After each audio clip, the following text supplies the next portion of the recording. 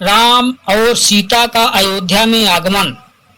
परशुराम के जाने के पश्चात पत्नियों सहित राजकुमारों, गुरु वशिष्ठ, अन्य ऋषि मुनियों, मंत्रियों तथा परिजनों के साथ महाराज दशरथ अयोध्या की ओर अग्रसर हुए। मंत्रियों ने शीघ्र ही 2 शीघ्रगामी दूतों को सभी के वापस आने की सूचना देने के लिए अयोध्या भेज दिए।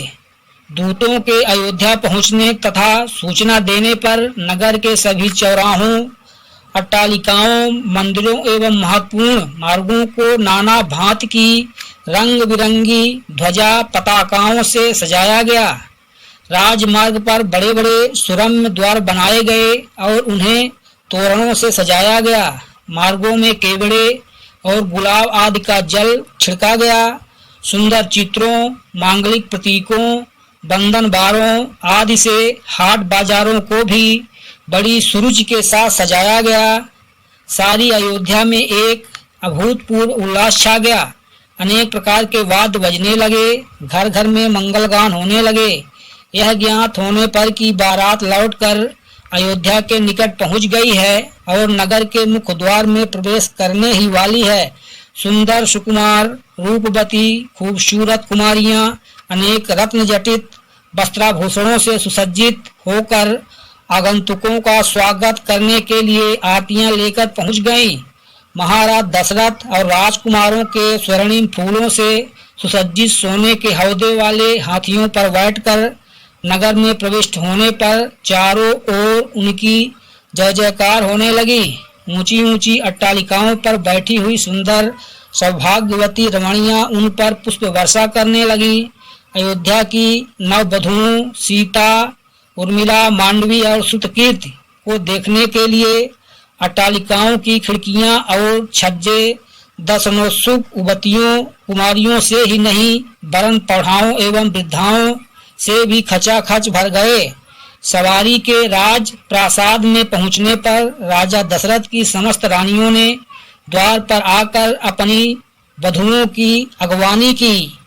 महारानी कौशल्या, कैकेयी एवं सुमित्रा ने आगे बढ़कर बारी बारी से चारों वधुओं को अपने हृदय से लगाया और असंख्य हीरे मोती उन पर न्यौछावर करके उपस्थित याचकों में बांट दिए।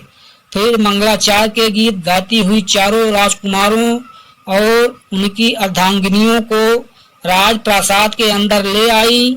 इस अपूर्व आनंद के अवसर पर महाराज दशरथ ने दानादि के लिए कोष के द्वार खोल दिए और मुक्त हस्त से नगरवासी ब्राह्मणों को भूमि, स्वर्ण, रजत, हीरे, मोती, रत्न, गौएं, दस्तादि दान में दिए।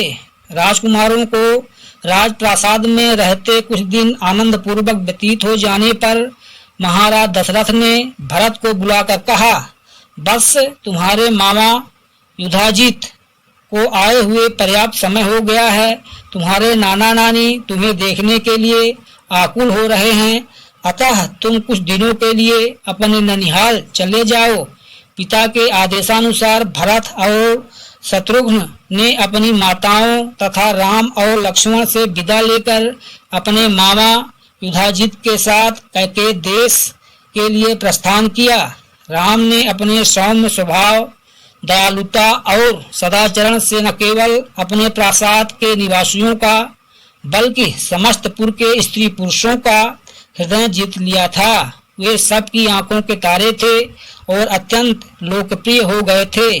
परिवार के सदस्य उनकी विनयशीलता, मंत्रीगण उनकी नीति निपुणता, नगर निवासी उनके शील सौजन्य और सेवकगण उनकी उदारता का बखान करते नहीं थकते थे। इधर सीता के मधुभाषी स्वभाव, सास ससुर की सेवा, पातिव्रत्य धर्म आदि सद्गुणों ने भी सभी लोगों के मन को मोह लिया। नगर निवासी राम और सीता की युगल जोड़ी को देखकर अत्यंत प्रसन्न होते थे। उनके प्रेम और सद्व्यवहार की चर्चा घर घर में की जाती थी। बालकांड समाप्त।